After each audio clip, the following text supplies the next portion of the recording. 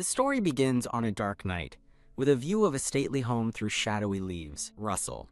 Inside, a blonde woman in a pink dress packs a trunk, anxiously wondering if she's forgotten anything. Looking over her shoulder with grim determination, she reminds herself she must run away before the Emperor arrives tomorrow. A horrifying vision flashes before her, a pristine white dress, splattered with blood, foretelling a terrible death. Shuddering with fear, she clenches her jaw, vowing that she doesn't want to die and will live. Gripping a small pouch tightly, she reaffirms her promise to herself. She will survive, no matter what. She pulls out a blue, patterned handkerchief, her expression somber as she looks at it. A memory surfaces of a man's hand giving her the handkerchief, promising he would return. The memory continues, showing their hands clasped together tenderly amidst a field of white flowers. Back in the present, she thinks of her knight, the one who would always come to save her when she was in danger. In the radiant memory, the red-haired knight kneels before her, taking her hand in his. Her expression saddens as she concludes he must have forgotten his promise since he never came, deciding it's no use holding on and time to leave. Knock knock. A sudden sound at the door startles her from her thoughts. Her vibrant green eye widens in shock. The red-haired knight stands in her doorway, offering a sincere apology for being late. He smiles warmly, calling her name Lady Idalise, and her own face lights up with joy and relief. The scene shifts, flashing back to a quiet day spent reading in the study. This peaceful routine was broken when she discovered a mysterious, glowing book on the shelf. Holding the ornate red and gold book, she questions if she's always owned one, titled The Fate of the Flower. Whoosh! The book flies open with a magical burst of light. Strange script writhes across the page as a desperate voice cries out, "Your Majesty!" The book shows a terrible vision. The Emperor stands with a bloody sword over Idalise's body as a voice demands to know what he's done. In the vision, the Emperor scoffs, dismissing the title of Empress and accusing Idalise Brill of terrible crimes as she lies dying. As the Emperor declares who his new Empress will be, the vision's version of Idalise looks up in absolute terror. Thump thump. Back in reality, Idalise clutches her chest in panic, realizing the woman being stabbed in the vision was her. With a thud, the ominous book falls onto the table. Stumbling backward, she wonders who created such a horrible book that plays out such vivid, terrifying scenes. The closed book lies innocently on an ornate tablecloth. A wave of fear washes over her as she wonders if the book is some kind of prophecy of her death. She tries to dismiss it, but the vision feels far too serious to be laughed off as a mere joke. Overwhelmed, she collapses to the floor just as her maid rushes in, crying out, "My lady!" The maid, Anne, worriedly asks if she is all right, noting her pale face. Idalise urgently tells Anne to look at the book. Frantically holding the book open for Anne to see, she asks if she's ever seen such terrifying and strange magic before. A confused Anne asks what she is talking about, leaving Idalise bewildered.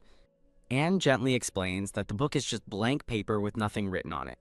Idalise is left speechless and horrified by the revelation. After studying the book, The Fate of the Flower, for a few days, Idalise sits at her desk, deep in thought. She confirms her first discovery by showing the book to her staff. Only she can see what's inside, as it just looks like empty pages to them. Her second finding is that the book's origin is a complete unknown, having mysteriously appeared on her bookshelf with no record of its purchase. A tiny, frustrated version of Idalise shakes the book, finding the entire situation deeply suspicious. She realizes that every time the book glows, new text appears on its pages. Shielding her eyes from a brilliant light only she can see, she wonders if the book is revealing the story bit by bit. The book presents a formal profile of Idalise Brill, daughter of a count destined to become empress. She discovers it even contains a character list, just like a novel, though much of the text is still frustratingly blurred. She concludes that the book is telling her a story through visions and words that no one else can perceive. The book reveals her terrible fate. She will be consumed by jealousy, commit evil acts, and ultimately be slain. Idalise scowls, stating she dislikes this story, as she has never even met the Emperor. She dismisses the prophecy of being stabbed to death as complete nonsense. With a huff, a chibi version of herself decides it would be utterly foolish to believe any of it. The small, blonde girl sits at her desk with a pout, thinking that ignoring the problem doesn't feel right. Now overwhelmed, the blonde woman rests her head in her hand, staring stressfully at the document before her. Suddenly, her eyes widen in startled realization as an idea strikes her. A brilliant golden light erupts from the pages of the open book on her desk. The light reveals a worn portrait of a red-haired man in a uniform, his face obscured by shadow. The blonde woman stares at the book in shock, wondering if she's discovered a new character. Standing and reading, she learns of a character named Rihan, who is kidnapped and forced to fight as a gladiator. The text confirms the man in the portrait is Rihan, a gladiator with red hair and golden eyes who lost his memory. Resolved, she calls out for her maid, Anne, telling her to prepare for an outing. Cloaked and determined, the blonde woman declares her intention to find Rihan. A carriage drawn by 4 horses travels briskly down a dusty road. Arriving in a dark, ominous forest, her maid, Anne, nervously questions why her lady has come to such a cruel place. The blonde woman smiles slyly, thinking that if the character Rihan truly exists, then the book she read was not fiction. A well-dressed man welcomes them to the arena, and the cloaked woman asks if he is the guide. The 4-horse carriage continues its journey down the remote path. Inside the building, she cautiously inquires about a gladiator with red hair and golden eyes. The guide smiles, informing her that she's lucky the man's match is about to begin. An announcer's voice echoes across a vast arena, pitting Jacques the White against Rihan the Red. The blonde woman flinches in shock, wondering if the Rihan announced is the one she's been searching for. As the gladiators clash, the guide politely shows her to a seat overlooking the fight. She watches with apprehension, reminding herself that it could just be someone with the same name. Her view is obscured by the fighter's helmet, preventing her from seeing his hair color. A close-up reveals the gladiator's piercing golden eye, and the woman's own eyes widen in stunned silence. The fight concludes brutally as the victor laughs over Rihan's defeated, bleeding form, held by his opponent. The bloodied Rihan glares up through his helmet, cursing his defeat. He is thrown violently across the sand, crying out in despair. The blonde woman watches from the stands, her face a mask of pure horror. In a shocking turn, both fighters simultaneously run each other through with their swords. The crowd murmurs in confusion as the guide looks on, trying to discern what happened.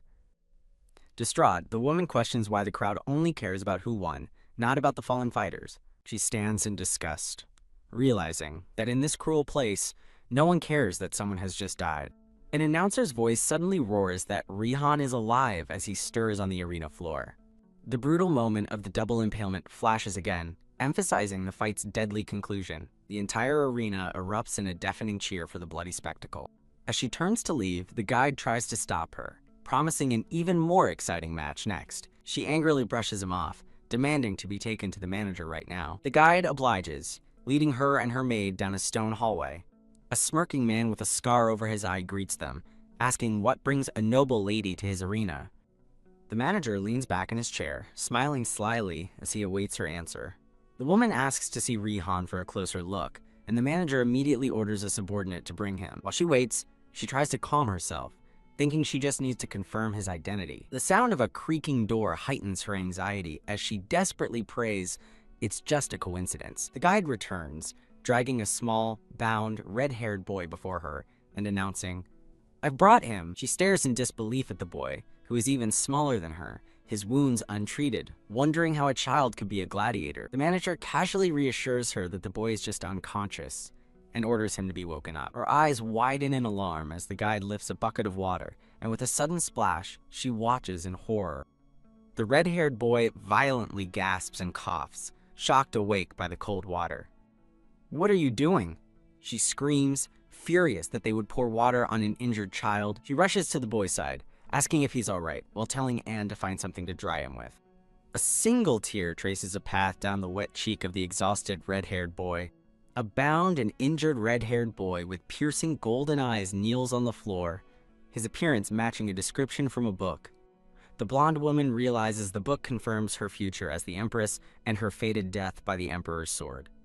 A man's hand snaps as he declares he's taking the boy away now that she's seen enough. A man in a patterned vest scoffs at her concern, callously stating that gladiators are slaves for whom mercy is a luxury. Clenching her fist, she resolves to save the boy, believing he's a special character from the book with an important role to play. She firmly informs the surprised man that she will be taking the boy with her. Pouring out a bag of gold coins, she asks the shocked man to name his price. The young blonde woman stands with a look of unwavering determination. After leaving the arena in a grand carriage, she sits with the boy in a new room, exhausted and vowing never to return.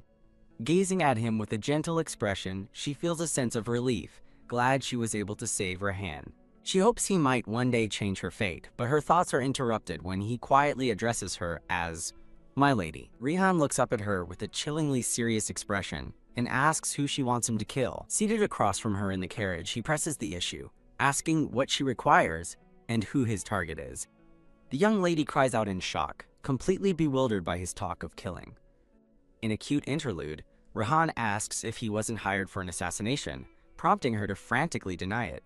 When he asks why she's taking him, she internally panics, knowing she can't reveal her fated death or his importance in the story. She claims she needs a skilled bodyguard, but Rehan questions why she wouldn't simply hire a knight instead. Flustered, she frets internally about what to do, realizing he's the only character from the book she's met, and fears he'll think she's crazy. Rehan seems to accept her silence, suggesting there is one other reason people employ gladiators, and prompting her to ask what it is. The scene flashes to a brutal image of a man whipping a defenseless person. The scene transitions to a sprawling, elegant mansion set in a lush garden. He repeats his grim suggestion that he's a toy to be beaten, and she again cries out in panic denial. Changing tactics, she declares she's taking him simply because she's taken a liking to him, leaving him completely stunned. With a determined look, she thinks to herself that when logic fails, she'll just have to rely on her guts. As a flustered Raham questions her reason, she smiles brightly and insists they get his wounds treated first. In the carriage, she cheerfully plans to get him a haircut and new clothes, to which he quietly agrees. After a butler announces the meal is ready, she presents a feast to the newly cleaned up Rehan with an impressed "wow." Dressed in a new vest and tie, Rehan offers a simple, heartfelt thank you. In a voiceover, Rehan explains that he began receiving daily treatments from the physician while living with the young lady. He recalls how the servant's initial wariness faded because the young lady cherished him, ensuring no one dared treat him poorly. He continues that she always kept him by her side, holding his hand as they walked, and tried to give him anything he wanted. Watching her smile warmly at him, he notes that even now, she looks at him with the same kindness. Rehan silently wonders why she is being so incredibly kind to him when they've only known each other for a short time. Staring at his reflection in his teacup, he questions if her affection is based solely on his appearance. The young lady notices his distant expression and asks Rehan what's wrong. Rehan asks her to be honest about why she brought him there, but she seems confused, repeating that it's because she likes him. His intense stare returns as he reminds her that he is a gladiator who has killed people, causing her to freeze in place. She finally agrees to tell him the truth, and he realizes with anticipation that there was a hidden reason after all. Looking at him with sincere regret, she says that if she had known about his situation sooner, she would have rescued him much earlier. She gently pats his head, eagerly offering to start teaching him immediately. As she strokes his hair, she explains that good memories can help overcome the past, leaving him to ponder her words. His mind is filled with doubt, questioning if her simple kindness is truly all there is to her actions. In a different time and place, a blonde man identified as Lord Count listens as Rehan explains that a bag of money should cover his living expenses. The Lord Count's face darkens with fury as he coldly orders Rehan to take the money and leave his home. Rehan stands with his back turned, facing the ornate carpet as he listens to the order. As he's told to leave immediately, Rehan realizes his treatment is over and reflects on the blend of lies and truth during his stay. His thoughts drift back to the young lady who brought him there with a smile. Clutching the pouch of money, Rehan comes to a heartfelt conclusion. She saved him truly out of the kindness of her heart. With a loud bang, a blonde girl in a pink dress bursts into an office, calling out for her father. Her face twists with fury as she demands an explanation from someone she calls Edel.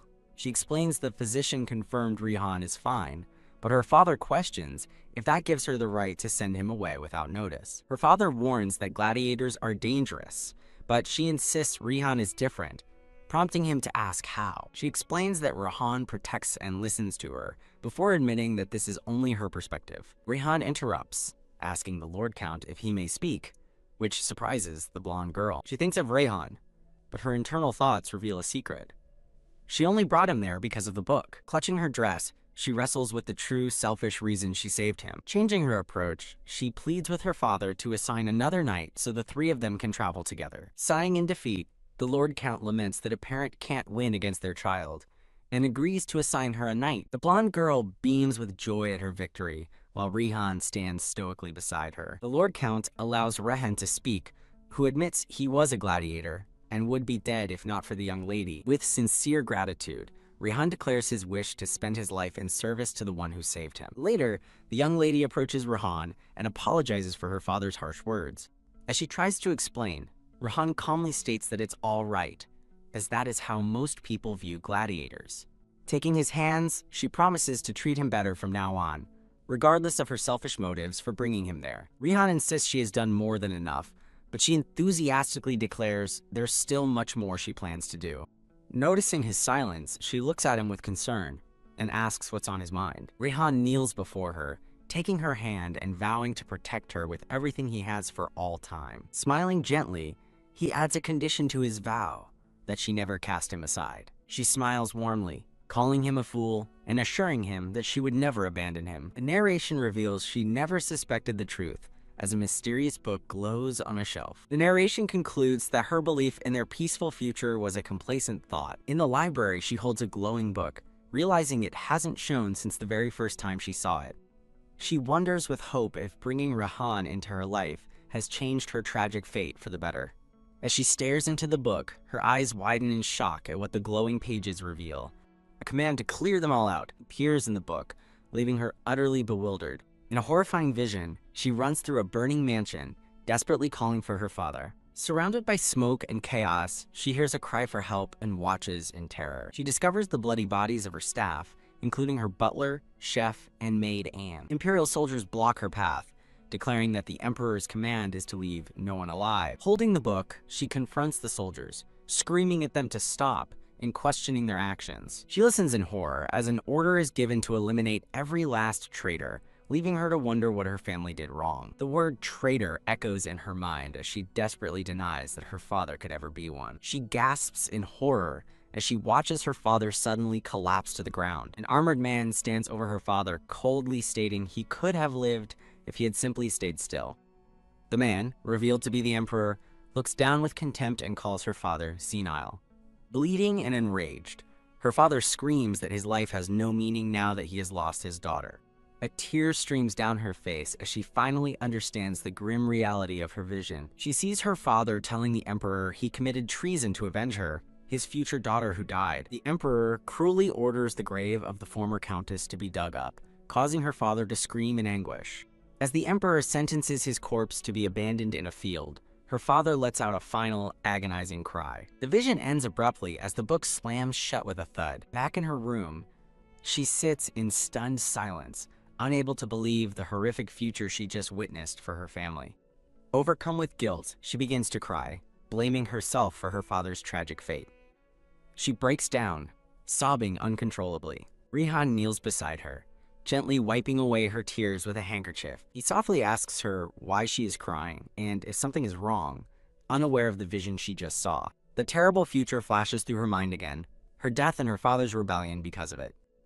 The haunting images of her grieving father and their burning mansion replay in her memory. The man with the blonde mustache looks at the book in confusion, asking if it's just a blank page. The blonde girl laughs nervously, trying to pass off the magical book as a simple joke. Looking at the open book on the floor, she wonders if Rihan might be different. She considers that since Rihan is a character from the book, he might be able to see its contents like her. Kneeling before the red-haired boy, she takes his hand and asks if he can see the book. Rihan picks up the book, asking if she means this one, as she silently pleads for him to see it.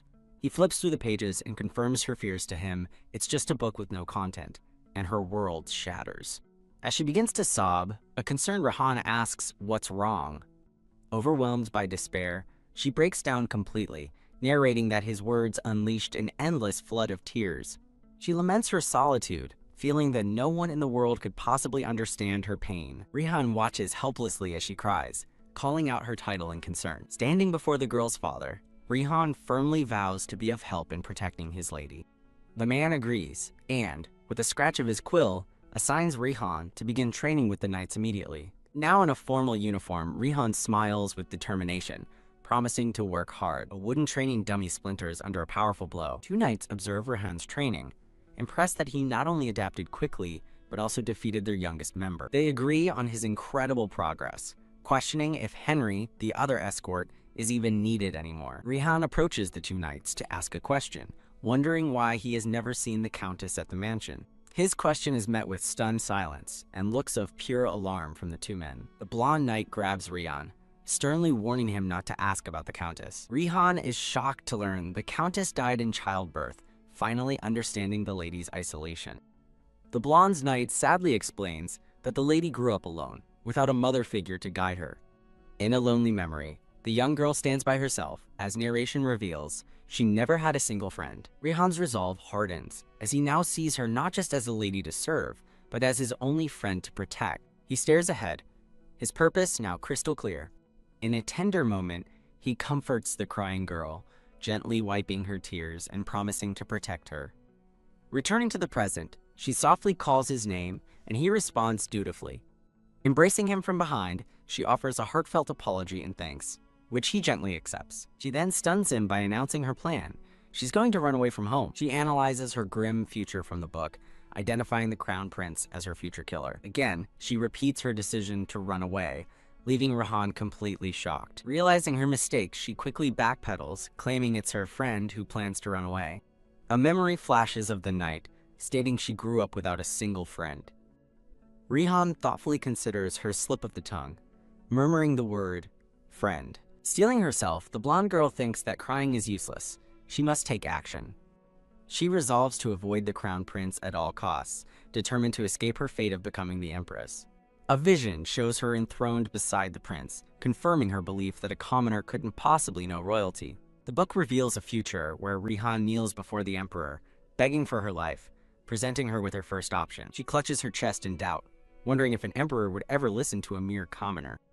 Deciding on option 2, she resolves to flee the moment rumors of her becoming the Empress begin. She carefully broaches the topic with Rihan, asking about the friend she mentioned who is running away. She asks if a woman could survive alone, and his blunt no visibly disappoints her. He explains the dangers for a noblewoman traveling alone, from the difficulty of escaping to the threat of bandits.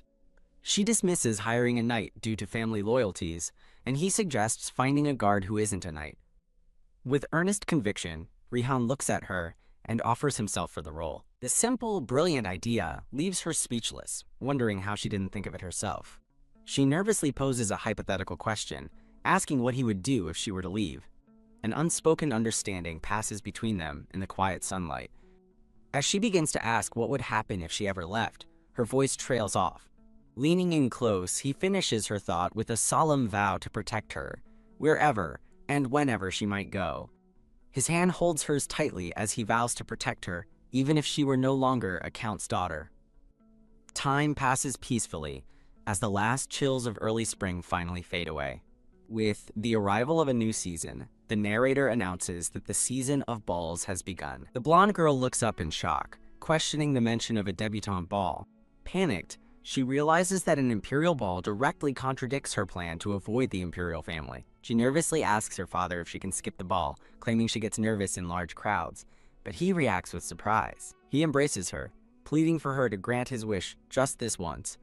A dark vision from the book flashes through her mind, showing her father screaming in agony, begging for his wife's grave to be left alone. Haunted by the vision of her father's tragic future, she reluctantly agrees to attend the ball. A few days later, preparations at the Grand Mansion are underway. A maid finishes brushing her long blonde hair, announcing that she is ready.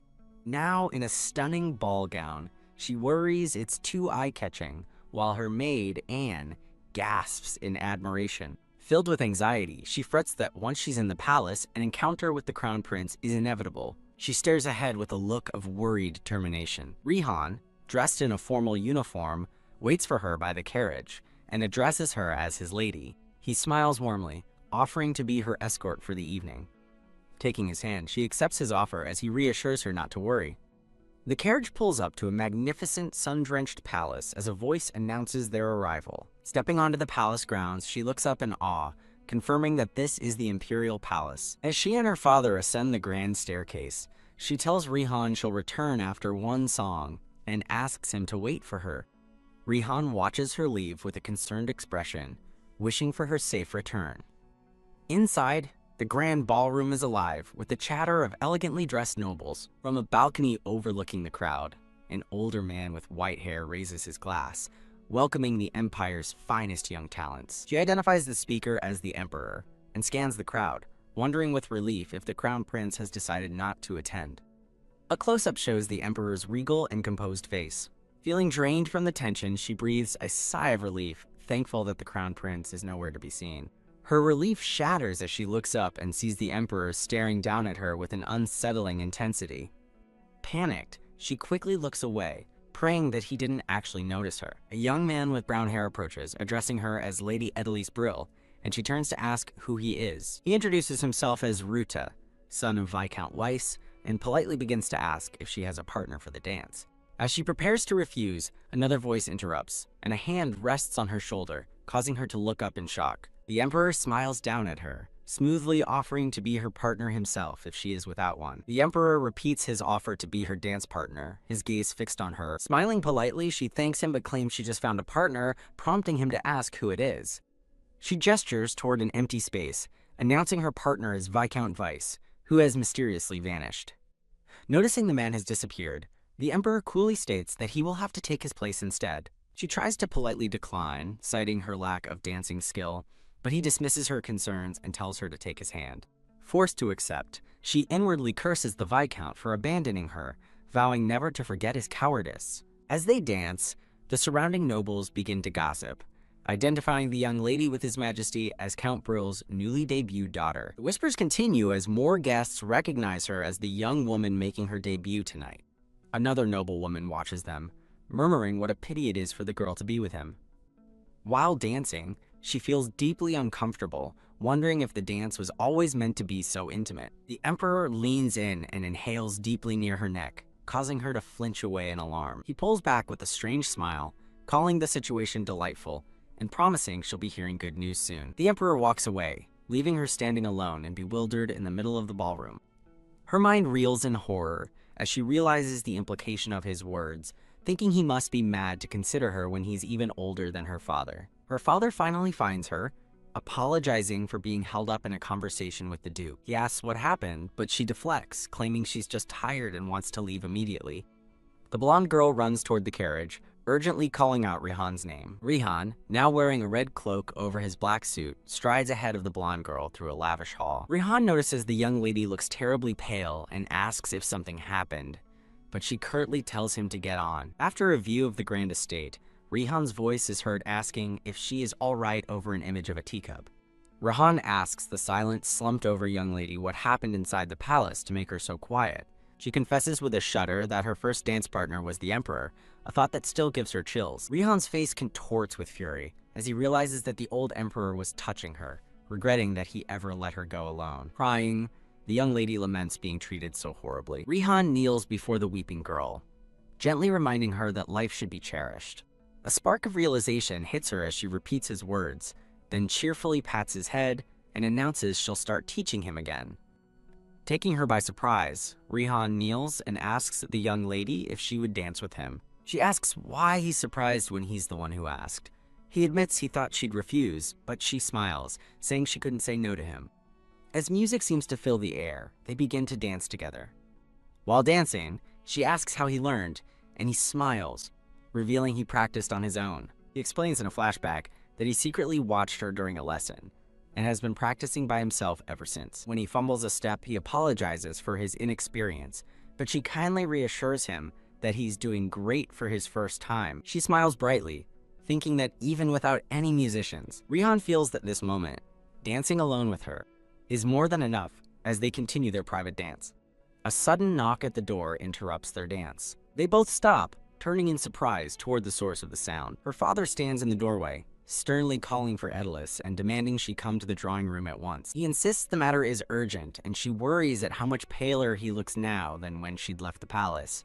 An imperial messenger unrolls a scroll, officially appointing Count Brill's daughter, Emilis, as a candidate for Empress Consort. The decree commands her to enter the palace within 7 days, leaving her stunned at being named consort, not empress. Her eyes widen in shock as she wonders if the future she knew from the book has somehow changed. She rejects the idea as impossible, recalling that in the book she was always destined to be the empress.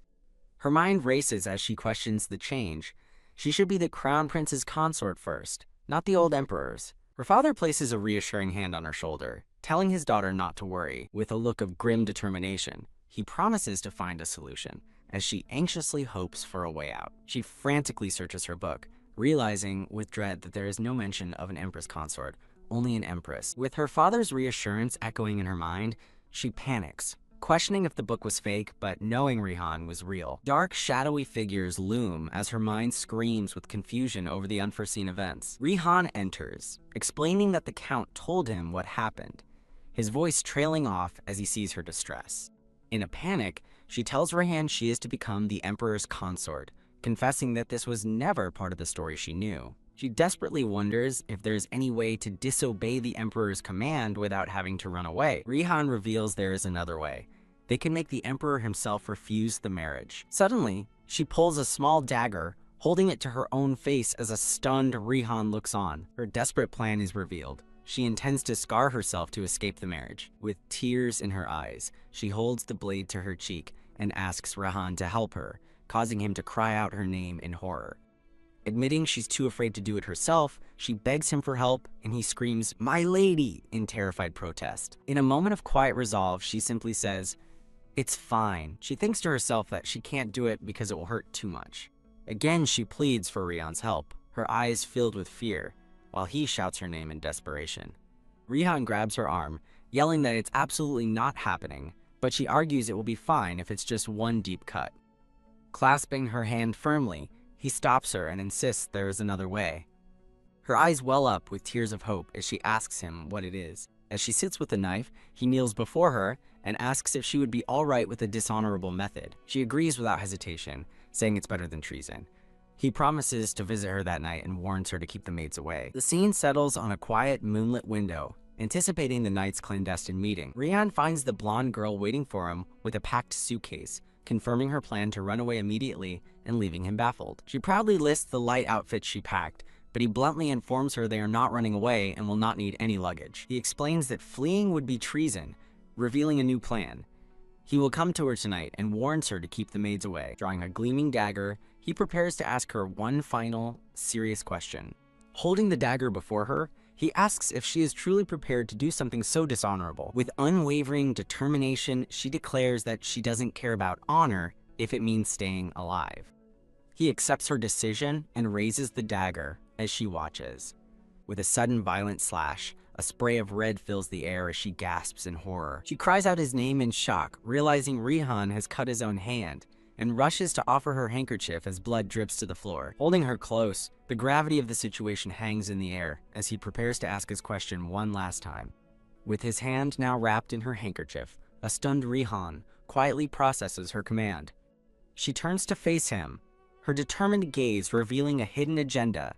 A flustered Rihan confronts her, angrily realizing her plan is to use his blood to fake her virginity. She coolly confirms his accusation, adding that she is not a clueless noble since she has already foreseen her own death. As she lies on the bed, she innocently asks if staging this scene means the two of them will now be married. He is stunned by her question, asking why a lady like her would ever consider marrying a commoner. She clarifies that she only meant for them to pretend to be married after they escape together. She explains that a fake marriage is the only way to avoid suspicion while living together, leaving him to quietly consider her logic. His expression turns grave as he admits there is something he's been thinking about for a while. From across the room, he looks down at her on the bed and solemnly announces his intention to leave. She sits up in shock, unable to believe he is serious, but he confirms his decision is no joke. He takes a step forward, explaining that today's events have made his decision clear, and instructs her not to deny the implications when the blood is found. Standing over her, he admits he realized in that moment that she would truly consider marrying a commoner like him. She sits on her bed in stunned silence as he once again warns her not to deny what has happened. Her eyes widen as the terrible truth sinks in. His words about leaving were not a joke at all. Whoosh! She leaps from the bed and rushes after him, desperately calling his name. Catching him, she tearfully asks if she did something wrong, wondering if her talk of a pretend marriage was the cause. Clinging to his hand, she desperately offers him a title, or anything else he could want, if he'll only stay. He gently takes her hands, asking only that she continues to live her life as she has before. He thinks to himself that the story no longer matters. She is now someone he can't imagine living without. She tearfully demands to know why he is leaving, but he refuses to tell her, breaking his promise to stay with her. Offering a final apology, he promises he will return. But she realizes with a heavy heart that nothing she says can make him stay. A vision of her younger self echoes her desperate plea. If she is ever in danger, he must not forget to come and save her. Her hand flies to her chest as she struggles to breathe, overwhelmed by the pain of his departure. Tears streaming down her face, she cries out, wondering how she can possibly go on without him. She demands that he remember his promise to come for her plea met by his unwavering, determined gaze.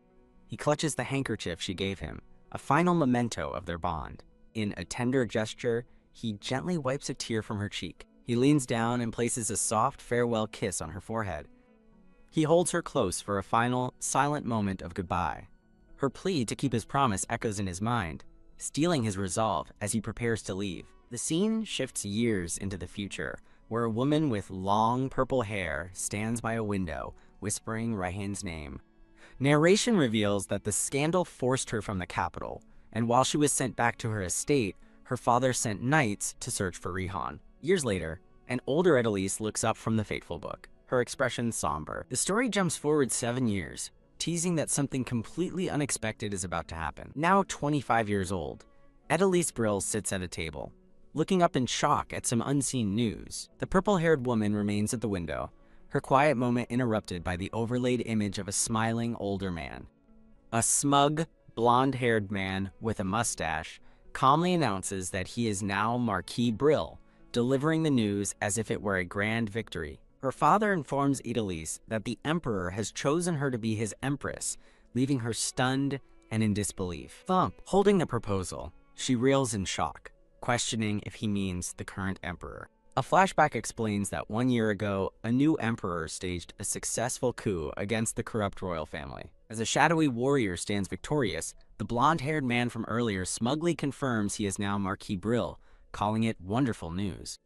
Edalise recalls the new Emperor's ruthlessness, remembering how he ordered the former Countess's grave to be dug up immediately. The flashback ends with the image of the young new Emperor standing triumphant atop a mountain of skulls. Edalise reflects that she was away in her territory during the upheaval. Back in the present, she stands and firmly refuses the marriage proposal, shocking Marquise Brill. Turning away, she processes the shock of the sudden proposal. Clutching her skirt, she realizes with dawning horror that this is unfolding exactly like the story in the book. Her fear turns to resolve as she vows that she will not die and must find a way to survive. The chilling image of the Emperor on his throne of skulls flashes through her mind. A close-up shows a man in a dark cloak, fastened with an ornate golden brooch. The man is revealed to have striking red hair and a warm smile. He looks on with a gentle and confident expression, surrounded by flowers. Taking her hands, the red-haired man asks if she remembers him as she stares in disbelief, whispering Raihan's name. Overjoyed, she confirms she could never forget and exclaims that she has so much to ask him. She silently wonders where he has been all this time and why he never sent her a single letter. Kneeling before him, she earnestly asks if he remembers the promise he made to her before he left. He smiles, reassuring her that he has never forgotten his promise, not even for a moment. Overcome with emotion, she throws her arms around him in a tight hug. Raihan holds her, a faint blush on his cheek as he embraces her. They share a quiet, tender moment, holding each other close by the window. Suddenly, she pulls back with a gasp, asking him what's wrong. She places her hands on his shoulders, her expression filled with concern. After he asks what's wrong, she blurts out that the Emperor has proposed, but she vows she will never become his Empress. His expression turns serious as he asks if marrying the Emperor is truly so against her will. Looking him in the eyes, she declares that she wants to be with him, Raihan, not the Emperor. Raihan looks at her, momentarily surprised by her heartfelt confession. She nervously explains her plan to live as a commoner, insisting they can survive on the jewels she saved up. He gently cups her face, urging her to be greedy and ask for more. Leaning close, he whispers his desire to give her everything she could ever want. Flustered, she turns away, insisting she's given up her title and has no intention of being greedy. He tells her she doesn't have to give up, promising to come for her tomorrow and asking her to wait for him. Grabbing his hand, she gives him an ultimatum. If he's not there by noon, she will leave on her own. Her expression is set with unwavering determination. Raihan watches her with a soft, understanding smile. The next day at the estate, a frantic voice is heard calling for her. A maid rushes in to announce that His Imperial Majesty is personally coming to pick her up. throwing Idalise into a panic. Standing on the balcony, she hears her name being called. An imperial escort on horseback gallops through the gates of the estate. Idalise and her father stand outside, formally waiting for the emperor's arrival. As a rider approaches, she silently pleads for Rihan to keep his promise and come for her. Her face falls with worry as time runs out. Her despair instantly turns to radiant joy as she sees someone in the distance. Rihan appears before her, dressed in a stunning and regal military uniform. She runs and leaps into his arms, embracing him tightly. Buried in his shoulder, she breathes a sigh of relief, thankful he came on time. Her joy evaporates as someone formally greets the emperor, and she looks around in confusion, asking where he is. Her world shatters as she sees her father and all the maids kneeling before Rihan. Her shock is palpable as she stands before the red-haired man, asking what is happening. Rihan kneels before Idalise, telling his wife that he has come to keep his promise. He smiles warmly, holding her hand gently in his. The horrifying truth dawns on her as she wonders if Rihan is the emperor, his determined expression confirming her fear. Her world crumbles, her face a mask of pure, unadulterated shock, pulled from her thoughts. She stares blankly as Rihan gently calls her name. Standing before him and her stunned maids, she demands to know how on earth he became the emperor. He explains that he worked tirelessly until he finally became a man worthy of her. Looking at her with longing, he admits that he endured every single day for her. He sweeps her into his arms, confessing how much he missed her, leaving her utterly bewildered. Flustered by his sudden embrace, she clasps her hands together nervously. He carries her toward an imperial carriage, reassuring her she's not heavy as she panics, realizing this is a point of no return. Calling his name, she desperately apologizes, trying to back out of the situation. With a pleading look, she asks if she can refuse his proposal. His warm expression instantly vanishes, replaced by a cold, intimidating stare. He leans in close, asking if she dares to run away after taking the emperor's first night, leaving her speechless. As nights look on, he carries her toward the carriage, publicly questioning her plan to flee after their supposed night together. She frantically denies his claim, but he coolly questions if nothing really happened between them. He playfully reminds her of the blood spilled that night, implying he gave her his first time, horrifying the maids and mortifying Idalise. An elegant white and gold carriage departs from the estate, carrying them away. Fuming with her arms crossed, a chibi Idalise glares angrily. Now inside the carriage, he apologizes for teasing her, but she retorts that his joke went too far. Blushing, she can't get his words about taking his first time out of her head. He continues to tease her about being the bold lady who took his first night, laughing as she begs him to stop. His expression softens as he sincerely tells her that he truly missed her. Looking at the man before her, she quietly admits that she still finds it all impossible to believe. She struggles with the truth, knowing Rihan is the emperor, but unable to reconcile the two identities in her mind. A tremor of fear runs through her as she sits beside him. A memory of her asking to refuse him flashes through her mind. He looks down with a serious expression, quietly saying her name. Sitting across from her, he directly asks if she is refusing to marry him. She tries to calm herself, reasoning that the future must have changed since her father is now a marquis. Taking a breath, she resolves to be honest with him. She clarifies her stance. It's marrying the emperor that she hates. A faint, knowing smile plays on his lips as he listens to her explanation. She confronts him, demanding to know why no one told her the truth, and he reveals that her father, Marquis Brill, helped him raise an army. She stares in shock, wondering what kind of army he could possibly be talking about. He cheerfully confirms her father joined the rebellion, which is how he became emperor, causing her to cry out in disbelief. She flashes back to feeling guilty over her father's death in the book, only to learn he helped start a rebellion himself. He explains that he sent the official proposal through her father, but came to see her personally because he missed her too much. With a cute, cheerful expression, he continues to smile at her, and she asks why he's so happy. He plainly states the truth she's been avoiding. Idalise, I am the emperor. The full weight of the situation hits her as she realizes, in horror, that she's been speaking informally to him this entire time. She hastily apologizes for her impertinence, but he urges her to speak comfortably, calling her my master. Completely baffled, she questions why he would call her master when he is the emperor. He gently plays with a lock of her hair, telling her that in his heart, he has never been free of her. Flustered by his bold words, she wonders if there is anything he's afraid to say. She sits formally, insisting she cannot speak to him so casually, and that he must maintain his dignity as emperor. He looks away, acknowledging with a hint of sadness that things are different now from when they were younger. Edelise reflects that after 7 years, she is no longer a young lady, and he is no longer just a bodyguard. A flashback shows a young, chibi-style Rihan with a single tear rolling down his cheek. Shaking, she formally addresses him as Your Majesty. Holding her hands, Rihan confesses with a gentle expression that he longed for and missed her dearly. Looking at their joined hands, she thinks to herself that when he puts it like that, she has no choice.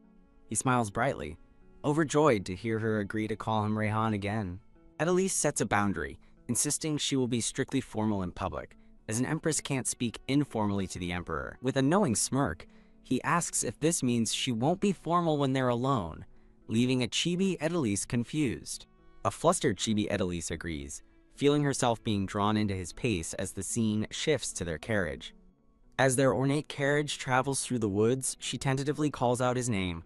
Leaning uncomfortably close, he whispers, "Yes, my master," causing her to blush and tell him he's too near. She suggests they sit across from each other, but holding her hand, he sweetly refuses, saying he couldn't hold her hand that way. He smiles charmingly as she closes her eyes, completely flustered and wondering if there's anything he's afraid to say. Looking out the carriage window, she asks him what he meant by having many things he wants to do with her. He leans in, their faces inches apart, and whispers suggestively about what she thinks they should do. Stuttering in shock, she demands to know what he means, but he just grins, telling her she'll find out after they're married. Peeking out the carriage window, she questions if he's really the Rahan she knew, and he reminds her that he's the one she saved. She clarifies that their first night could happen someday, just not right now, and he latches onto her words with a smile. She yells that she said not right now, but her protest is cut short, as Rahan's expression turns deadly serious. Rihan holds her close, hushing her as she wonders why the carriage has suddenly stopped before leaving her family's territory. Crash! A hand shatters the carriage window, reaching for her. Rihan shoves her aside, shouting her name as she screams in terror. Cries of an ambush ring out as Edelise stares in horror at a bloody knife that flew through the window. Rihan's eye widens in shock as he calls out her name. He stands protectively before her, asking her to wait for him as he faces the threat with a grim look. Stepping out of the carriage, he tells someone to hold on, as his bloodied hand grips the door. A knight asks if he's unharmed, but Rihan furiously orders everyone to stay away from the carriage. He reflects on his 7-year struggle, crushing all who resisted to establish his imperial authority. His motivation is revealed in a single thought. He did it all for his wife, Edelise. Rihan exits the carriage, telling Edelise to hold on while leaving a bloody handprint on the door. He tells a trembling Edelise to stay inside, and that he will return shortly. A flash of memory reveals the assassin's blades were aimed directly at Edelise. His face contorts with rage as he realizes his wife was the target, growling, "Who dares?" As his knights shout orders to seize the attackers, Edelise cowers inside the carriage, trembling. Clutching her shawl, she realizes with dread that this ambush was not in the book she read. Hearing footsteps approach, her fear intensifies as she wonders who is coming. A shadowy figure lunges with the blade, and she realizes with horror they were aiming for her all along. The assassin strikes, and Edelise lets out a terrified scream. A hand covered in blood grips the window frame as Rihan calls her name, reassuring her that it's all right now. Bloodied but smiling, he tells her it's over and she no longer has to worry, but her eyes widen in pure terror. A dark vision overcomes her. A menacing Rihan calls her full name Edelise Brill, and she cries out in horror. As he starts to ask if she's all right, she screams, "No!" Edelise continues to scream, clutching her head in absolute terror. A vision of a sword piercing her hand flashes as Rihan thinks he was inconsiderate, vowing to compose himself before returning. She realizes the vision was just like the book described, a dream of the Emperor's sword piercing her. The horrific vision of her hand being stabbed repeats, as Rihan internally notes that she frightens easily. Looking down at his bloodied hand, he decides to compose himself and asks her to wait for a moment. Lying unconscious, Edelise's last thought is that she wants to live, as Rihan looks on with a pained expression. The scene closes on a book as she narrates that she had a dream. The blonde girl recalls a recurring dream where a sword pierces her, just as it was written in the book. She watches a vision of her own bloody corpse, dismissing the nightmare as something familiar and unchanging. A man's voice calls out her full name, Edelise Brill, as a strange energy envelops the scene. Confused, Edelise looks around, as the man's intense gaze remains fixed on her. A red-haired man in a fur-collared cloak stares ahead with a grim and determined expression. Edelise awakens with a gasp, jolted from her terrifying dream. A red-haired man leans over her bed calling her name, just as she recalls the same recurring dream. The red-haired man urgently calls out Edelise, trying to wake her from her nightmare. As the man asks if she's awake, her eyes fly open in terror, and she lets out a piercing scream. The red-haired man tries to comfort Edelise, but she huddles on her bed, crying that the Emperor is going to kill her. Terrified by his approach, she begs him not to come any closer. Squeezing her eyes shut, she silently pleads that she doesn't want to die. A hand gently touches her hair, as a voice asks if she remembers. A flashback shows the red-haired man holding her as she wakes with a scream, just as she did moments ago. He recalls a past moment, explaining how he would soothe her by holding her close. She apologizes to Rahan for causing him worry, as the memory of his comforting embrace lingers. She remembers how he would suddenly appear to console her whenever she was upset, gently wiping away her tears.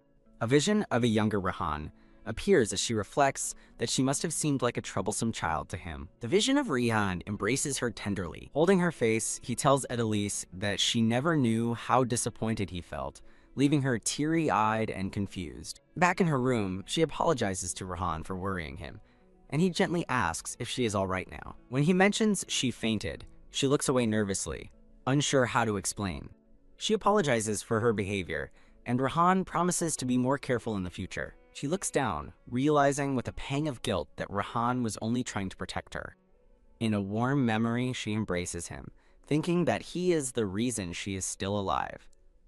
She hugs him tightly, sincerely thanking him for saving her life. He asks if her promise is still valid, and she confirms it will be for her entire lifetime. Looking at him with resolve, she vows that she will surely save him, no matter the circumstances. She connects the image of the young Rahan from her childhood to the tyrant emperor destined to kill her. She acknowledges that her childhood friend and her future killer are the same person. A glimmer of hope appears as she realizes her actions now could prevent the future tyrant from ever existing. Returning to the present, she tells Rihan she is fine and asks him to let go of their embrace.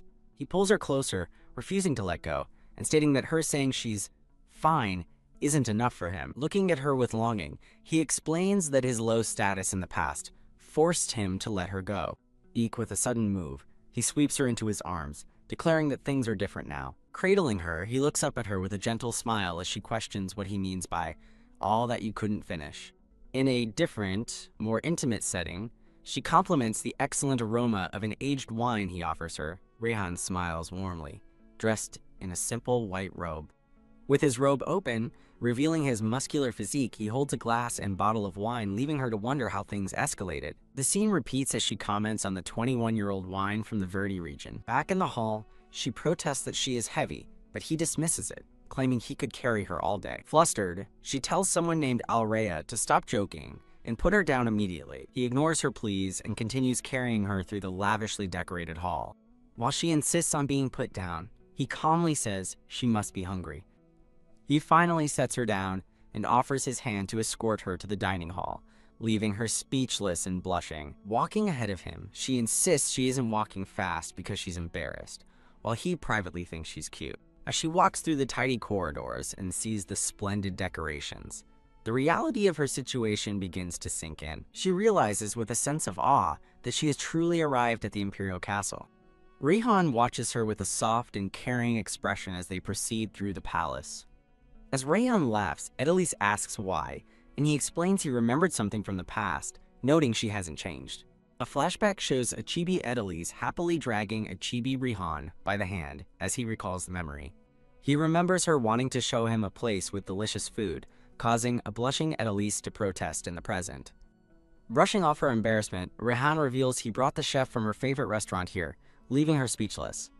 As various dishes appear, she recalls the restaurant, Il Fonte, was so popular she only managed to go 3 times. Flustered by his grand gesture, she blushes as he tells her she's as adorable now as she was back then. She thinks to herself that Rihan was the cuter one, and he leans in, asking what she thinks of him now. Looking away, she admits to herself that she couldn't possibly call the man before her cute anymore. He laughs and says he believes her, though she can tell from his tone that he doesn't at all. She looks up at him, realizing his teasing is just his way of being considerate toward her. She reflects on his character, remembering that he has always been a gentle person. Edelise happily enjoys the meal, while Rihan watches with a warm smile, telling her to eat slowly. Later that evening, a silver-haired knight formally addresses Edelise as the Empress, while maids attend to her. The smiling knight explains he has been temporarily assigned to serve as His Majesty's escort. He clarifies his new duty. The Emperor has personally assigned him to protect the Empress. Her thoughts drift to Rihan and the gentle way he held her. Edelise formally accepts the knight, Sir Phasis, into her service, and he replies that the honor is his. Sir Phasis opens a grand door, informing her that His Majesty is waiting for her inside. As she enters, she reflects on the irony of her situation after struggling so hard not to become the Empress. Her cheeks flush as a sudden realization hits her.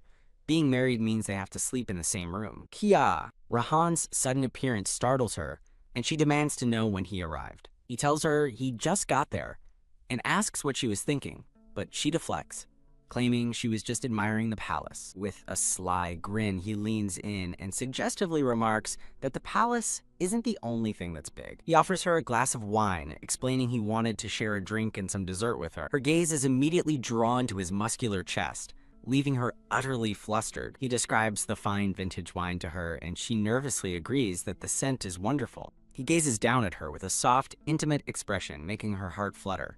The moment is charged with unspoken tension as they stand incredibly close. Trying to act nonchalant, she nervously laughs while complimenting the wine. She quickly pivots to the dessert to distract herself, and he playfully asks if she wants more. Declining more food, she picks up a small sweet, insisting that moderation is best. He wraps his arms around her from behind, whispering that a bit of exercise might be good for digestion.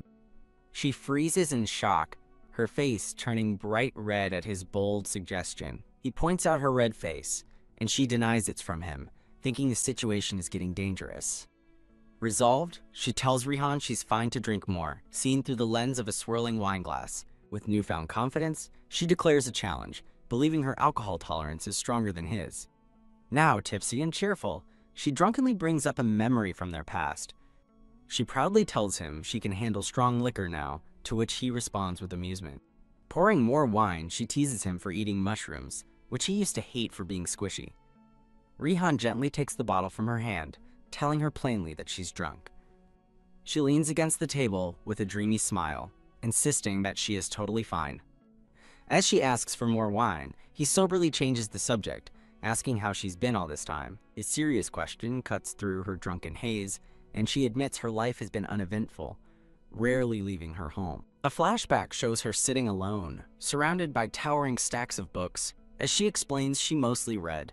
Turning the question back on him, she says his life couldn't have been ordinary, and he begins to tell his story.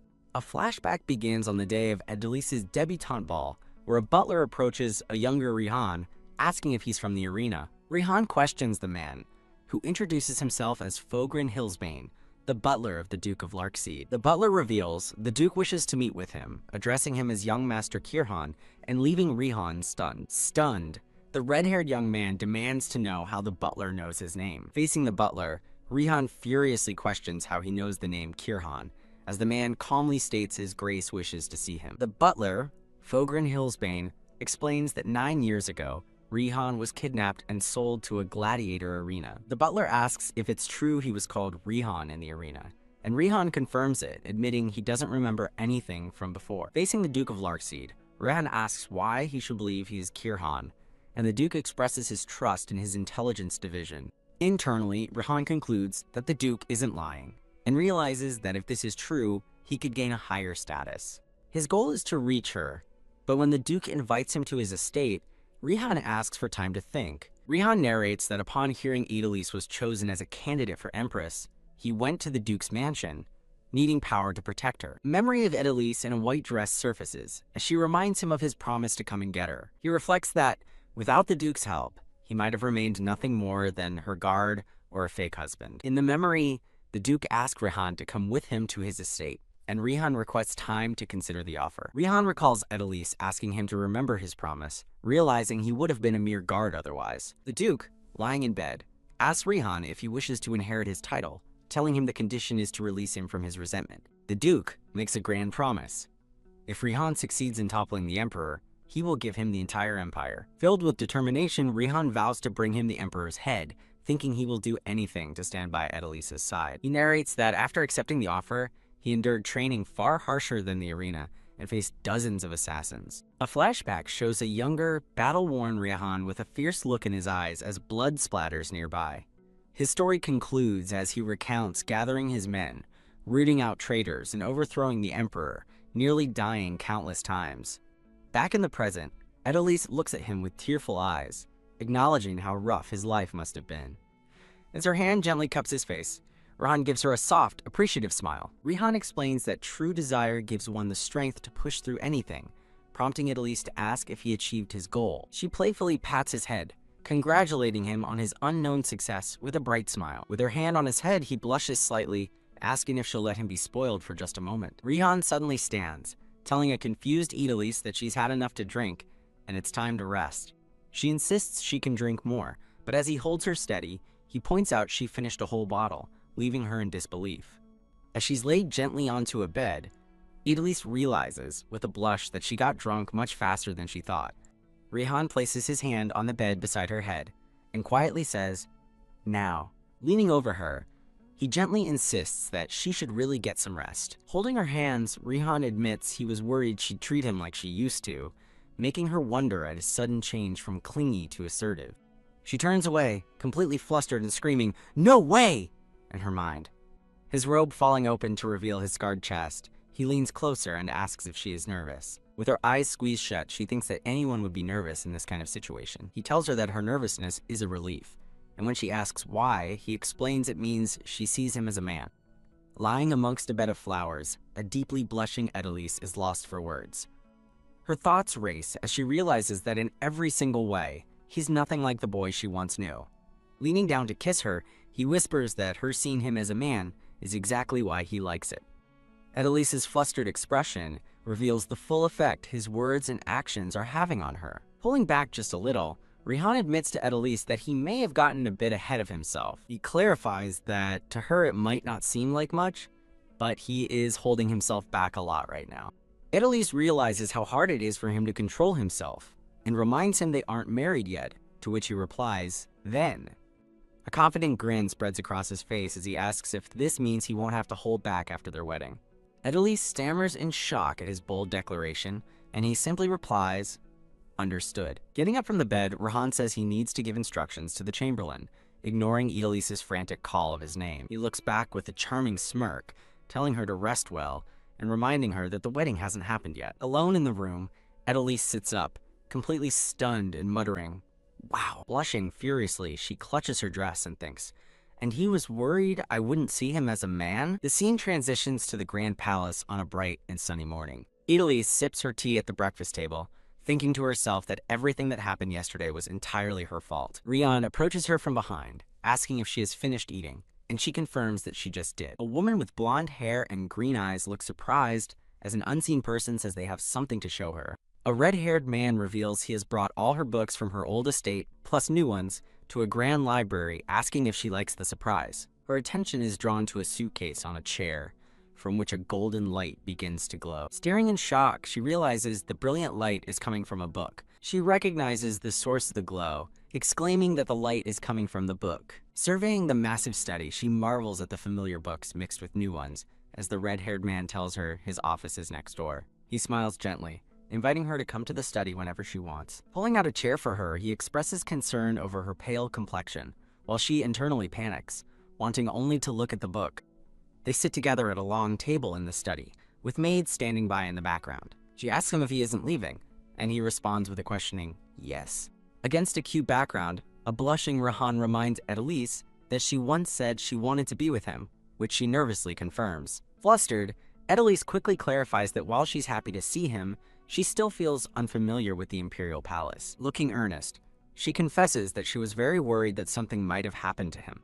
He looks on, touched, as she continues, saying he was the person closest to her. She tries to explain her distant behavior, citing the shock of suddenly becoming empress and him the emperor. Leaning in close, Rihan smiles warmly and asks if she was worried about him. After she stammers a denial, he pulls her into his arms, admitting he's been thinking about what she said long ago. He lifts her hand to his lips, revealing that he had often thought about what it would be like if they got married. She recalls a past moment where she'd asked if they would marry, a memory that now seems impossible to her.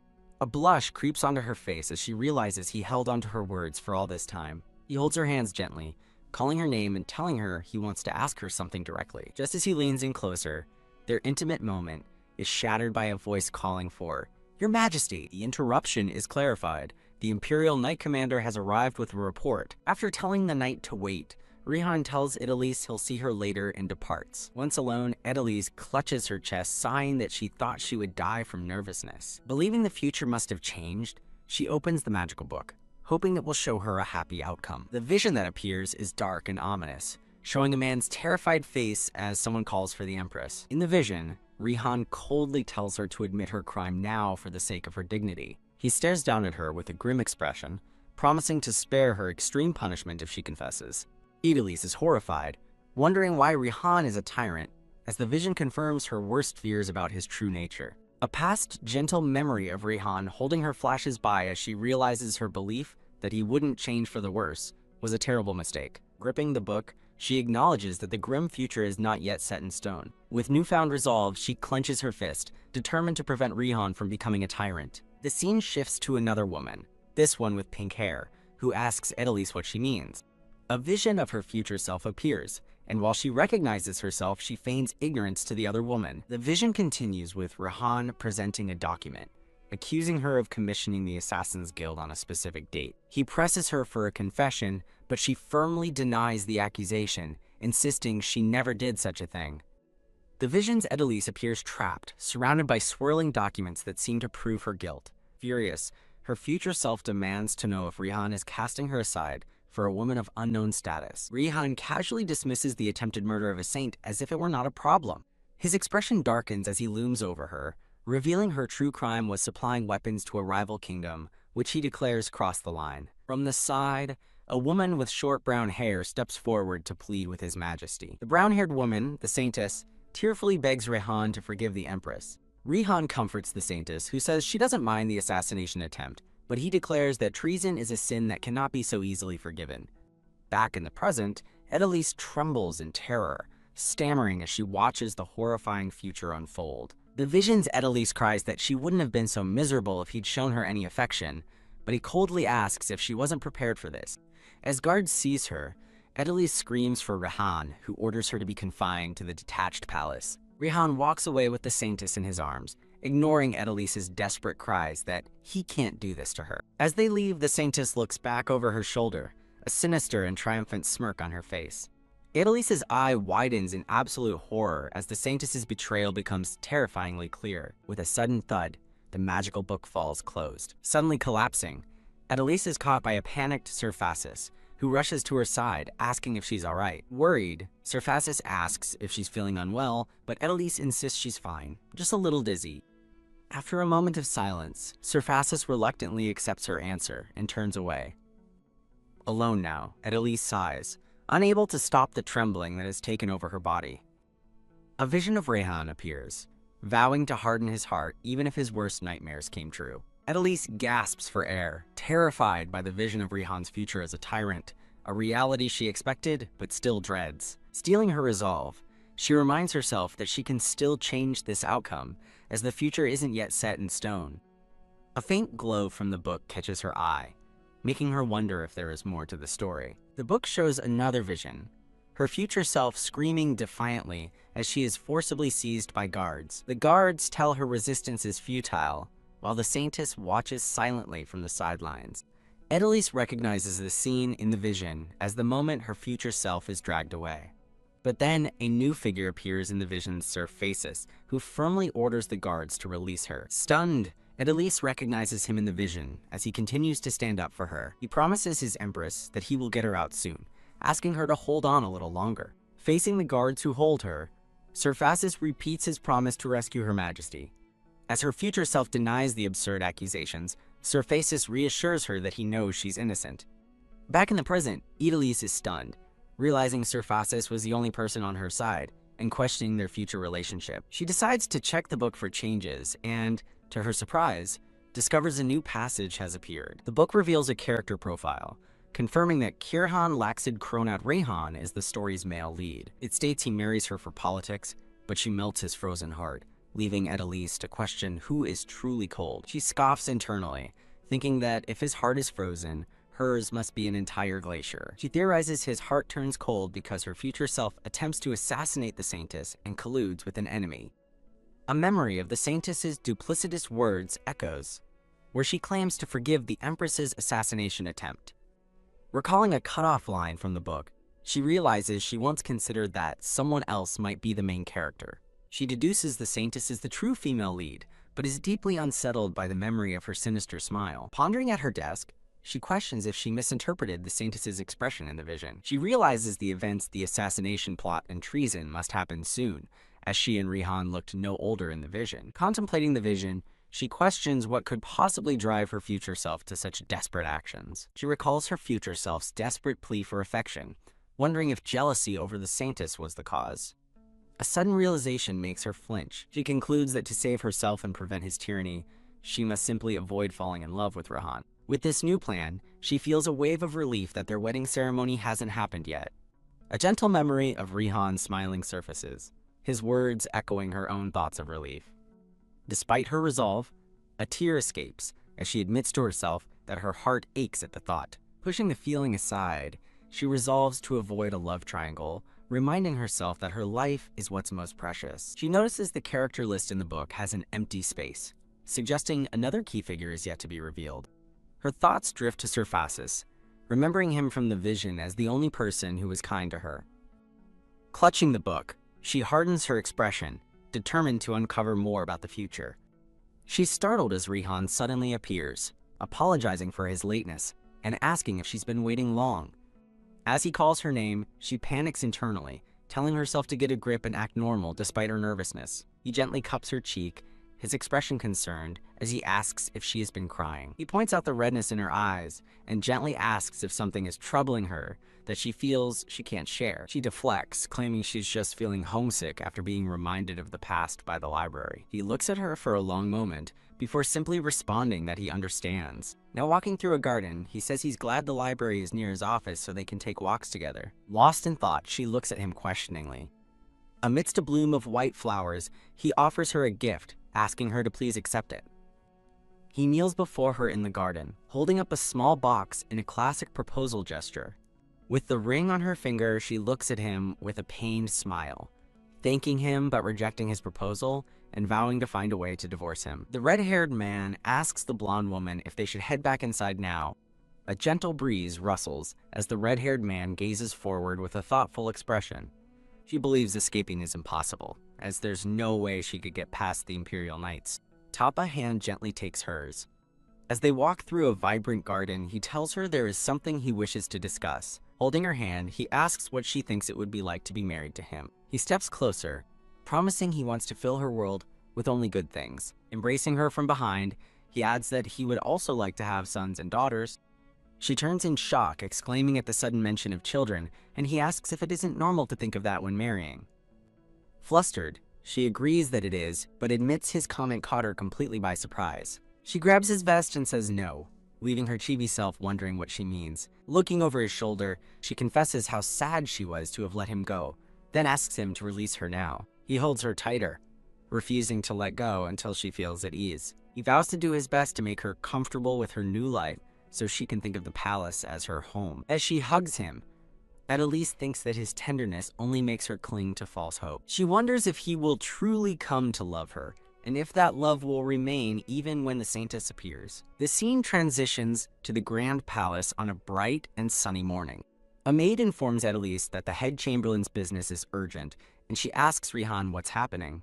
Rehan presents a line of uniformed men, explaining they are knight candidates who will serve as her escorts. Idalise is startled to see a familiar silver-haired knight, thinking her luck has turned around.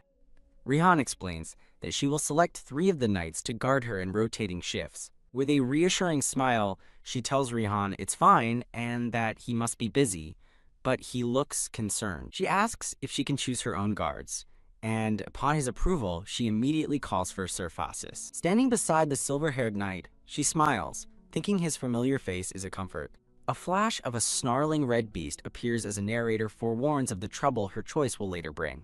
Rihan suggests there are other knights besides Berman, but Edelise cheekily passes the decision to him, saying anyone but Surfasis is fine. Rihan reluctantly agrees, regretting sending Berman, as Edelise asks Surfasis how he feels about being her guard. The silver-haired knight, Berman Fasis, says it is his greatest honor, though his expression seems to tense for a moment. Rihan places a hand on Edelise's shoulder, telling her there's no need for a guard while he's with her, and dismissing the rest. As the knights depart, Edelise wonders why he bothered assigning guards just to send them away.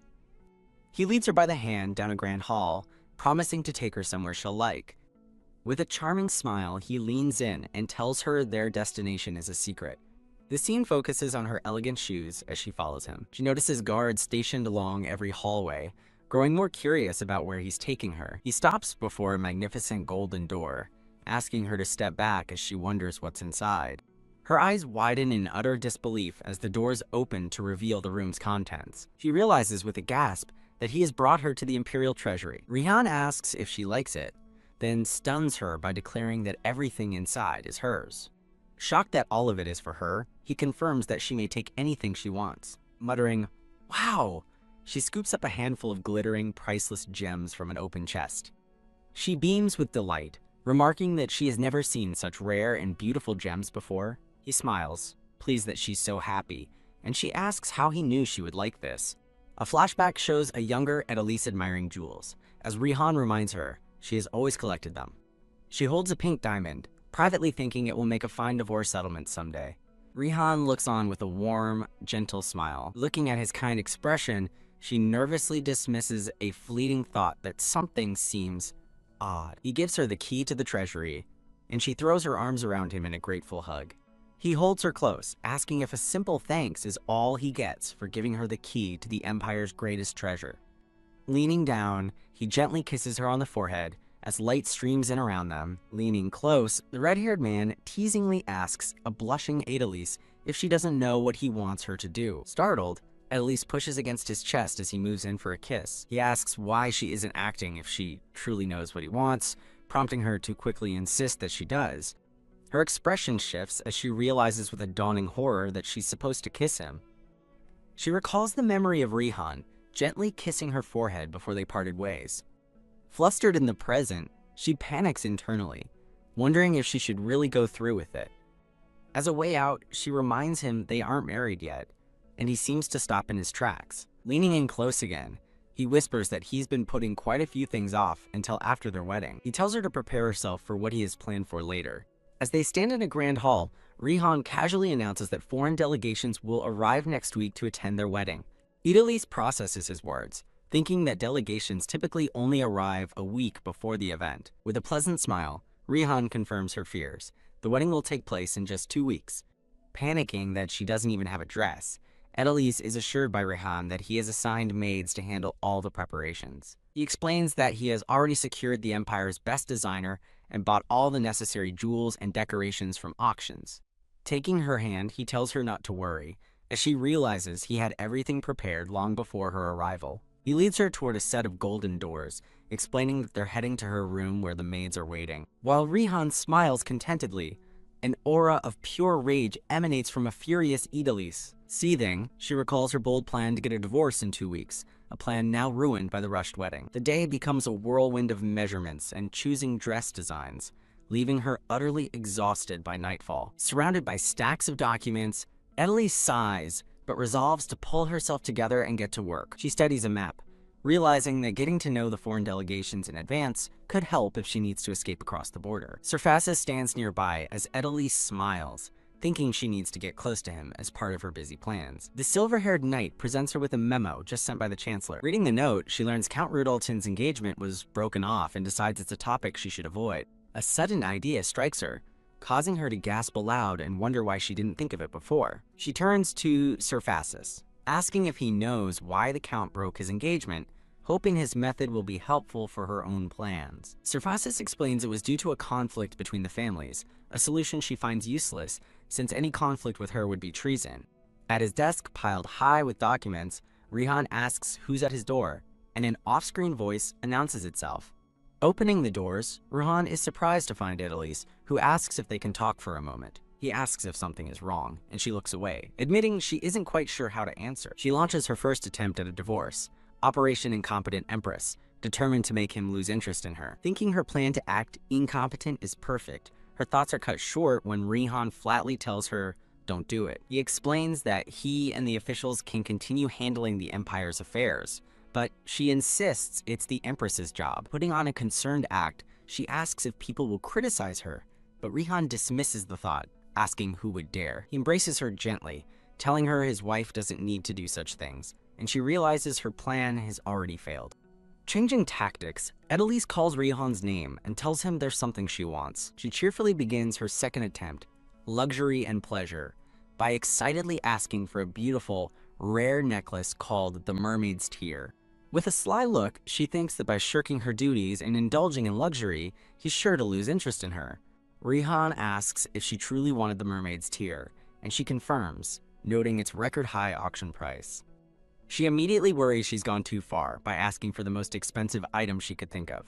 Rihan nonchalantly remarks that the jewel looked ordinary, prompting a surprised Elise to ask if he's seen it. Pointing towards her room, he casually asks if the necklace isn't already in her drawer, leaving her completely stunned. Before her lies the magnificent Mermaid's Tear necklace, and she stares in disbelief, wondering how it got there. Rihan offers to help her put it on, and she nervously agrees, feeling it would be strange to refuse after asking for it.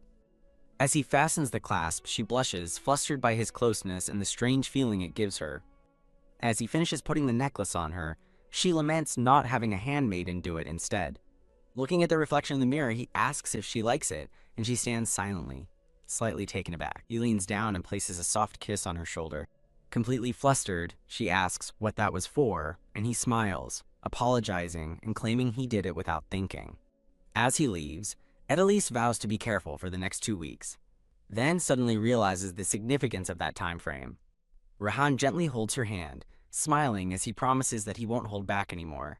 Flustered by his charm, she worries that if this continues, she might genuinely fall in love with him. In a sunlit garden, she finds her resolve and tells Rihan she has something serious to say.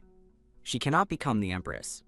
Misunderstanding her, Rihan offers her a red rose, reminding her she doesn't have to handle Empress duties and complimenting her, but she insists that's not what she means. He asks if there's another problem, promising he can solve anything, but she thinks to herself that this is one thing he cannot fix. Clutching the rose to her chest, Elise launches her next plan by confessing that she already has someone she likes. Rihan's smile vanishes as he repeats her words, and before she can explain further, he cuts her off, demanding to know who it is.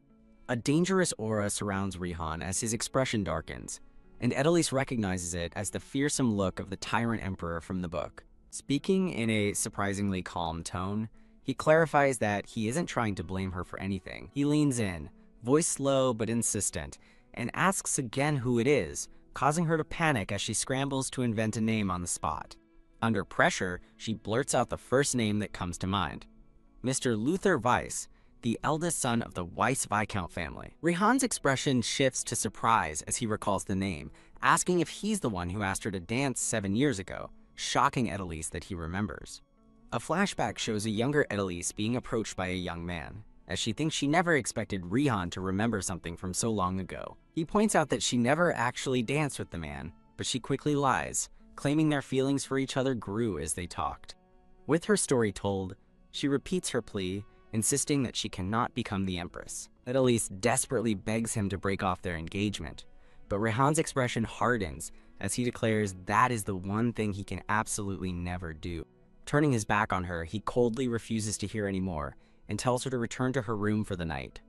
Clutching the rose, Elise steals her resolve, telling herself not to let her heart weaken. Alone in the garden, she reaffirms her decision, believing that when the Saintess eventually arrives, Rihan will be grateful for what she's done. The scene transitions to a bright view of the palace on the following day. In his office, Rihan dismisses an aide, who quickly and nervously takes his leave. As the aide walks past a confused Edelise, Rihan calls her name from his desk, his tone serious. He confronts her directly, his voice sharp as he asks why she lied to him, leaving her stunned and speechless. A text panel reveals the truth. Weiss Luther is not the eldest son and did not inherit the Viscount title 4 years prior. In a tense close-up, Rihan reveals the man she saw was actually Weiss Luther. Rihan explains that the man she met was Weiss Luther. Her eyes widen in utter shock as she internally screams, questioning if it was really Weiss Luther all along. Rihan explains he found it strange she had no contact with the man after the ball and questions why she would ask him to ruin someone's life, while Edelise looks away with a faint smile. He softens his tone, asking if her reluctance is simply because the role of Empress is too much for her. Pulling her into a tender hug, he admits that he keeps getting greedy and will wait as long as it takes, because he only wants her. Held in his arms, Edelise tells herself that she's not a great person, and that others, like the story's female lead, are far better. As they embrace, Rihan holds her tighter, whispering that for him, there is no one better. The scene transitions to a placid view of the palace gardens and a greenhouse. Back at her desk surrounded by papers, Edelise sighs, admitting she messed up and even felt bad enough to pat his back comfortingly. With a determined look, she realizes the wedding is imminent and decides she must use the last resort she's been putting off. Gulp.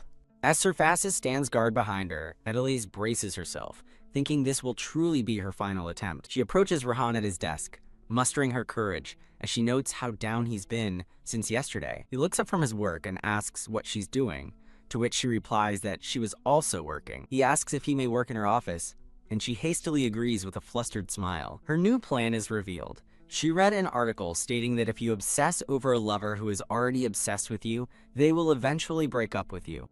With a confident smirk, she decides that this method will allow her to get what she wants without any guilt. Rihan asks what she's reading, and after she explains their customs documents, she eagerly asks to see them too. He obliges, handing her a document from the stack. While reviewing the papers, she notices something odd and asks aloud if the numbers are wrong, catching his attention. Sitting beside him, she points out a specific error, and upon checking, he confirms it and finds other discrepancies as well. Rihan summons an aide, instructing him to inform the customs chief that the Empress herself found errors in the documents, and they must be rechecked, which horrifies Edelise. As Rihan smiles, pleased with her work, she panics, thinking she couldn't just ignore a mistake and must now try a different method. A maid arrives with a cart of refreshments, and Edelise's eyes light up as she realizes this is her chance. She takes a deep breath to steel herself, thinking that any embarrassment will be temporary if it means she can extend her lifespan. Continuing her act, Edelise points at a maid and possessively asks Rihan who the woman is and what their relationship is. She internally apologizes to the maid, telling herself she has to do this if she wants to live. Looking irritated, Rihan states he dislikes it even if she's a maid, prompting Edelise to ask if the same rule applies to knights. Dismissing the bewildered maid, Edelise inwardly promises to give her a bonus later. Rihan questions her decision, asking what will happen to the existing maids and their work. When he turns the question on her, asking if she will do their work instead, she's left confused. A steamy vision flashes through her mind of a shirtless Rihan running a hand through his damp red hair. Mortified at the thought, she covers her mouth and declares that's impossible. Rihan smiles, teasingly asking what she was thinking and pointing out her blush, which she quickly denies. She turns her head away with a flustered pout, unable to look at him. With a sly grin, he adjusts his collar and asks provocatively if she wants to see. Completely flustered, Edelise blushes intensely, her heart pounding. She impulsively grabs his collar, demanding to know what he's doing. He calmly suggests letting the maids handle it since she's fine with another woman doing it. Realizing her plan is backfiring, she thinks it's not working out, just as Rihan says her name. He asks if she likes him now, observing that she's become interested and curious, reacting just like he does. Looking conflicted, Edelise quietly admits that she doesn't know. He asks if she dislikes his obsessive nature, then smiles and declares that he loves it. As he leans closer, she begs him to obsess over her more, all while secretly wishing he would just hate her already. Internally, she asks if he'll be fine if she's annoying and interferes with his work. He challenges her to try, confident she can't be. Staring with fiery determination, she fumes at the thought that he's looking forward to her attempts. She impatiently shoves a document at Rihan, telling him to take it, and he complies. She smirks, convinced her super annoying behavior will work, recalling how a puppy she raised used to act just like this. While she continues poking and humming, he closes his eyes, seemingly clenching his jaw in frustration. Looking down at her with an intense gaze, Rihan loosens his cravat and warns her not to test him any further. A promotional panel appears, briefly interrupting the scene for a recruitment announcement. Pinning her to the sofa, Rihan accuses her of testing his patience, but she stammers in denial. He clarifies that she's always testing him and asks if she really thinks he just means she's annoying. He tells her he wouldn't find her annoying even in 200 years, causing her to think she won't even be alive in 2. The narration reminds her that only about 10 days remain until the wedding. He gently kisses a lock of her hair, whispering his hope that the next 10 days pass safely. The scene transitions to a peaceful garden terrace, set with a teapot and cups. Now in a green dress, Annalise despairs, holding her head in her hands as she realizes she's doomed with the wedding only a week away. She desperately wonders why he isn't getting tired of her, and questions if her approach was wrong. A sudden, horrifying thought strikes her. What if she's more charming than she realized? A caption notes this is completely wrong. Turning to her guard, she asks Surfacis a question, and he readily agrees to answer. She encourages him to be honest, but he nervously insists he could never judge her. He hesitantly suggests she's easy to serve, trailing off as she presses for more. Panicked by her intense stare, Surfacis asks if she's trying to kill him, leaving her completely baffled. He thinks to himself that his head would have rolled if the Emperor saw them, while she dismisses his fears. The sound of footsteps catches her attention as a maid approaches, and she once again wonders if she's truly that charming. As the maid arrives, Annalise looks up and asks if she's here already. The maid's report about a change in wedding officiants sparks a bad feeling in Annalise, who suspects a major issue is behind it. A close-up shows her footsteps as she walks with purpose. The maid clarifies that a young female cleric has replaced the priest, an unprecedented and strange occurrence. Annalise's expression turns serious as she realizes this new cleric might be the saint from the book. A new hope sparks within her. If she can catch Rihan with the saint, she might finally have a valid reason to demand a divorce. Annalise looks on in wide-eyed shock as the new cleric makes her entrance. As the brown-haired cleric kisses Rihan's hand, Annalise internally questions why she's doing that already. She tries to calm herself, thinking it's natural for the male and female leads to fall in love, which is exactly what she needs for her divorce plan. The cleric smiles up at a furious Rihan, who internally fumes, "What the hell?" Rihan glares down, his mind racing as he angrily questions what the cleric is doing. Confused, Annalise wonders why they aren't falling for each other, just as the cleric apologizes for forgetting to mention something. The cleric smiles, explaining that her action is an old custom in the Holy Empire. After the cleric explains that kissing the back of a hand shows respect, Rihan furiously confronts her, asking if the Holy Empire makes a habit of doing things that could be misunderstood right in front of his wife. Startled by his aggressive tone, Annalise cries out for him to wait. She quickly steps between them, placing a hand on his back and urging him not to be so harsh and embarrass the cleric. With a strained smile, she reminds Rihan that they are official envoys and warns him against causing a diplomatic rift. Rihan turns and kisses her gloved hand, prompting a flustered Annalise to ask if his gesture was also a show of respect. He gives her a knowing, smug smile in response. The cleric stands by silently, observing the exchange. Rihan asks the cleric if she has anything else to say, but before she can answer, Annalise quickly says no for her. He then dismisses the cleric to rest. As the cleric departs, Rihan turns his attention to Annalise, calling her name. She quickly reassures him that she's fine and doesn't mind, saying everything has been cleared up. He playfully reminds her that she previously claimed to dislike seeing him with other women, and asks if she's fine with the cleric just because she's a woman too. Annalise says no, clarifying that she doesn't want to get close to the cleric, and Rihan asks why. Pulling her into a warm embrace, he tells her he simply doesn't want to make his wife worry. Held in his arms, Annalise panics, realizing her survival plan depended on the two of them falling in love as the story dictated. She recalls the scene, noting that while the saint seemed interested in Rihan, he clearly wasn't interested in her at all.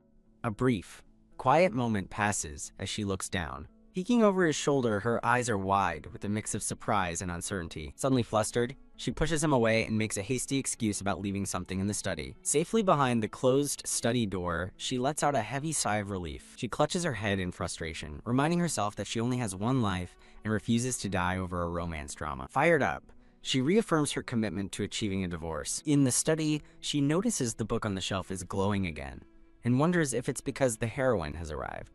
Reaching for the glowing book, she desperately hopes it will finally show her something that works in her favor. The scene transitions to a bright, vibrant garden party. A vision from the book shows unfamiliar guests at the party. The vision shifts to a silhouette of a bride and groom, and she realizes she's seeing her own wedding. In the vision, her future self looks radiantly happy in a wedding dress. But the vision quickly darkens, showing Rihan with a cold and severe expression.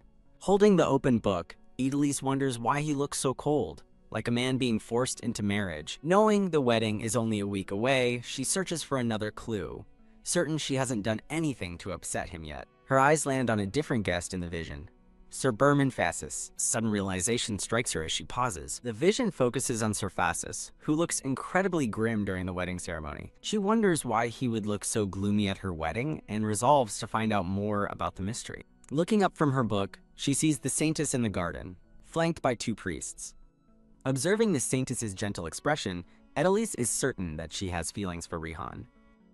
A character profile appears, formally identifying the Saintess as Elaine Reynard. Idalise reads about Elaine's past. After a difficult childhood, she awakened as a Saintess, met the Emperor, and became the Empress, gaining both love and power, prompting Idalise to admit her jealousy. A splash of blood appears as the narration contrasts Elaine's fortune with the fate of others who lose everything, even their families. The story concludes that while some suffer, others like Elaine gain everything and live happily ever after. Closing the book with a firm tap, Idalise tells herself not to get hung up on it, as it has nothing to do with her. Clutching the book to her chest, she reaffirms her one true goal, to survive. The scene shifts to the next day, with Idalise sipping tea. A pink-haired knight named Perrin, identified as Idalise's second escort knight, answers her call with a sharp grin. Holding a document, Idalise decides her first step is to get closer to Sir Fassis and discover why he looks so upset in her vision. Sir Perrin tells her they can visit the knights right now, and a startled Idalise questions if it's okay to go without notice. He smirks, dismissing her concern by saying their surprise isn't his problem, prompting her to think he has a bad temper. The scene shifts to an outdoor training ground where 2 knights are sparring with wooden swords. With a soft whew, a weary Sir Fassis catches his breath in a sunlit garden. Arriving at the training grounds, Idalise calls out to Sir Fassis, startling him and another knight with her sudden appearance. As the knights bow in greeting, she tells them to continue their training without minding her. A knight informs her the captain is off duty, but she cheerfully replies that she's just there to look around. Sir Perrin leans in, suggesting she watch the knights spar, but she wonders if their training is finished. He explains sparring is part of training, and noticing his enthusiasm, she agrees to watch for a bit. Sir Perrin calls for sparring volunteers, and several knights eagerly raise their hands for a chance to impress the Empress. The first match is announced as Perrin versus Katznell, and a knight steps forward into the ring. Their wooden swords connect in a powerful clash. Idalise watches the spar with a slightly concerned expression. Sir Perrin rests his training sword on his shoulder with a confident smirk. Watching from the side, Idalise observes that Sir Perrin is surprisingly skilled when he's serious. As Sir Fassis steps up with his wooden sword, Idalise's eyes sparkle as she excitedly cheers for him. Sir Fassis gives her a gentle, appreciative smile after his turn. He remarks to another knight that it's been a while, but sparring is more fun than ever. Idalise recalls a memory of a much more serious match she once witnessed in a grand arena. Lost in thought about how someone was badly injured then, she's pulled from her reverie by a voice asking what she's thinking about. Startled, she accidentally blurts out that watching the sparring made her think of Ron, only to realize with horror that Rahan himself is there. As a knight bows to the newly arrived emperor, Idalise wonders how the busy Rihan found time to visit the training hall. Rihan smiles, telling her he's glad she was thinking of him, before asking what she's doing there. He explains he heard his precious wife was with a group of men and came because he was worried. Idalise quickly clarifies that she asked Sir Perrin for a tour. Rihan teasingly reminds her that she claimed to dislike him being with other women, as a flustered Idalise insists it's fine. Overhearing whispers about her informal use of his name, Idalise grows more flustered as the knights note how close they must be. Rihan gently reminds her not to use formal speech with him in public, while she tries to deflect, saying she doesn't mind him being with other women. He sternly declares that he minds seeing her with all these men, stating that even one would bother him, which surprises her. Trying to lighten the mood, Idalise brightly praises the knights as strong and cool, making them blush with pride. The knights gasp as Rihan's expression darkens.